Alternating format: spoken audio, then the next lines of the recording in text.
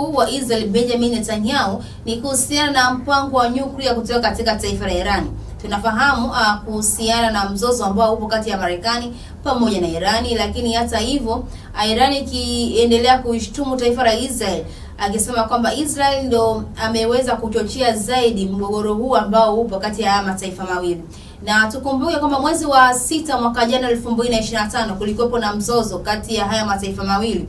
Naweza nikasema kati ya Israel pamoja na taifa la Irani. Na tuliweza kuona jinsi gani ambavyo mzozo huo au mgogoro huo wa vita kati ya haya mataifa mawili ulipoweza kudumu ndani ya siku 12, upande wa Israel lakini pia na upande wa taifa la Iran, na vifo ambavyo vilivyoweza kutokea. Na hata hivyo tuliweza kuona jinsi gani kwa upande wa Marekani akiwa amesimama kabisa na taifa la Israel katika mgogoro huo. Tukaweza kuona upande wa Marekani akiweza kushambulia kwa upande wa Iran, lakini pia Iran alipokuwa anataka aweze kushambulia kambi ya kijeshi katika taifa la Qatar, ambapo ni kambi ya Marekani ambayo inapatikana katika taifa la Qatar, tuliweza kuona hali halisi ilikuwa vipi. Na hata hivyo tuliweza kuona kuhusiana na mashambulizi ambayo Iran aliweza kuyafanya kwa pale Qatar kuweza kuleta madhara yoyote. Na kwa upande wa Marekani aliweza kusema kwamba waliweza kujulishwa mapema kuhusiana na mashambulizi ambayo taifa la Iran iliweza kuyafanya katika kambi hiyo ya kijeshi ambayo inapatikana katika upande wa Qatar. Na hata hivyo unaweza kuona jinsi gani ambavyo ziara hii ya waziri mkuu wa Israel Benjamin Netanyahu kuweza kukutana na rais wa Marekani Donald Trump kwa pamoja kuweza kuzungumza kuhusiana na masuala mazima wa mpango wa nyuklia. Tunafahamu miongoni mwa vikwazo ambavyo taifa la Marekani ameweza kuwekea kwa upande wa Irani ni pamoja kupunguza uzalishaji wa madini ya urani, ambapo madini haya yanatumika katika mpango mzima wa nyuklia. Na tunafahamu taifa la Irani imeweza kufikia kwa 60% katika uzalishaji wa nyuklia. Na kama vile kwa upande wa Marekani anaona basi uzalishaji wa madini ya urani uweze kupungua.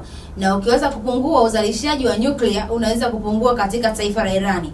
Na tumeweza kupata taarifa ikasema kwa Marekani anatamani kuweza kuona taifa la Irani ikipunguza uzalishaji huo wa nyuklia kuweza kufikia hadi 3%. Unaweza kujiuliza kutoka katika 60% na kuweza kufikia mpaka kwa 3%. Je, inawezekana? Lakini hata hivyo tuliweza kuona kiongozi wa taifa la Iran aliweza kuongea kuhusiana na masuala mazima ya mapinduzi, kwamba mapinduzi 22 yaweza kutokea katika taifa la Iran, lakini Iran iliweza kushinda katika mapinduzi hayo 22.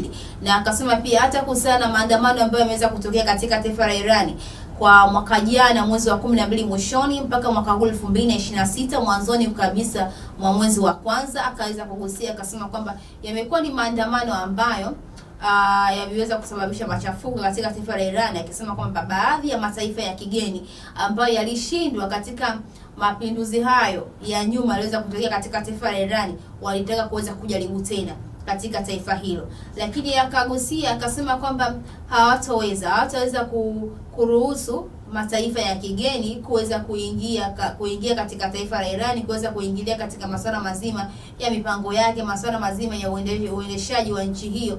Na pia akaweza kuzungumza kuhusiana na vikwazo ambavyo vimeweza kuwekewa na taifa la Marekani. Wakasema kwamba kama mezani waweze kuzungumza. Tuliweza kuona mazungumzo ambayo yaweza kufanyika kwa pale Oman, ambapo viongozi wa Marekani pamoja na viongozi wa Iran waliweza kukutana kwa pale Oman kwa pamoja kuweza kuzungumza, na hii ilikuwa ni siku ya Ijumaa. Waliweza kuzungumza kuhusiana na mzozo huu ambao upo kati yao, lakini pia waliweza kuzungumza kuhusiana na mpango huo wa nyuklia. Je, Iran itakuwa tayari kutoka katika 60% mpaka kuweza kufikia katika 3%? Lakini hata hivyo baadhi ya wachambuzi wa masuala ya kisiasa, hususan siasa za nje, waliweza kuzungumza kuhusiana na maandamano ambayo yaliweza kutokea mwezi wa 12 mwishoni mpaka mwezi wa kwanza mwanzoni kwa mwaka huu 2026. Waliweza kuzungumza akasema kwamba ni maandamano ambayo yamekuwa ya utofauti ikilinganishwa na maandamano ambayo yaliwahi kutokea 2017, 2019, 2022 na kwa mwaka 2025 mwezi wa 12 mwishoni mpaka 2026 mwezi wa kwanza mwanzoni. Wakasema imekuwa ni maandamano tofauti ikilinganishwa na mapinduzi ambayo yaliwahi kufanyika ya Kiislamu katika taifa hilo la Iran kwa mwaka 1979, ambapo amesema kwamba katika mapinduzi hayo watu wengi walikufa, lakini kwa katika maandamano ambayo yaliweza kutokea hivi karibuni, idadi ya vifo imeweza kuongezeka ikilinganishwa na mapinduzi hayo yaliweza kutokea mwaka 1979. Kwa hiyo tuweze kutegemea kuhusiana na kuweza kukutana kwa waziri mkuu wa Israel Benjamin Netanyahu pamoja na rais wa Marekani Donald Trump wataweza kuzungumza nini katika mpango huu wa nuclear.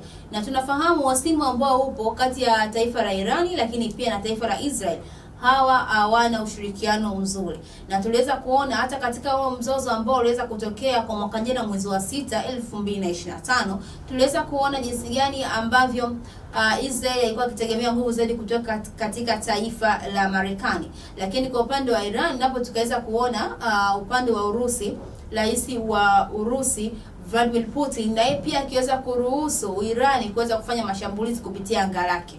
Kwa hiyo unaweza kuangazia jinsi gani ambavyo ushirikiano ambapo upo hapo katikati Iran na Marekani, lakini hata hivyo upande wa Irani, upande wa Israel na Marekani, lakini hata hivyo na upande wa Irani pamoja na Urusi. Na hata hivyo katika mgogoro huu tuliweza kuona pale ambapo rais wa Urusi Vladimir Putin naye pia aliwahi kuzungumza kuhusiana na mgogoro huu uweze kutamatika. Akasema yupo tayari hata yeye kuweza kuondoa katika mpango wa nuclear ambao upo kati ya Irani pamoja na Urusi ili tu kuweza kuona mgogoro huu unaenda kutamatika.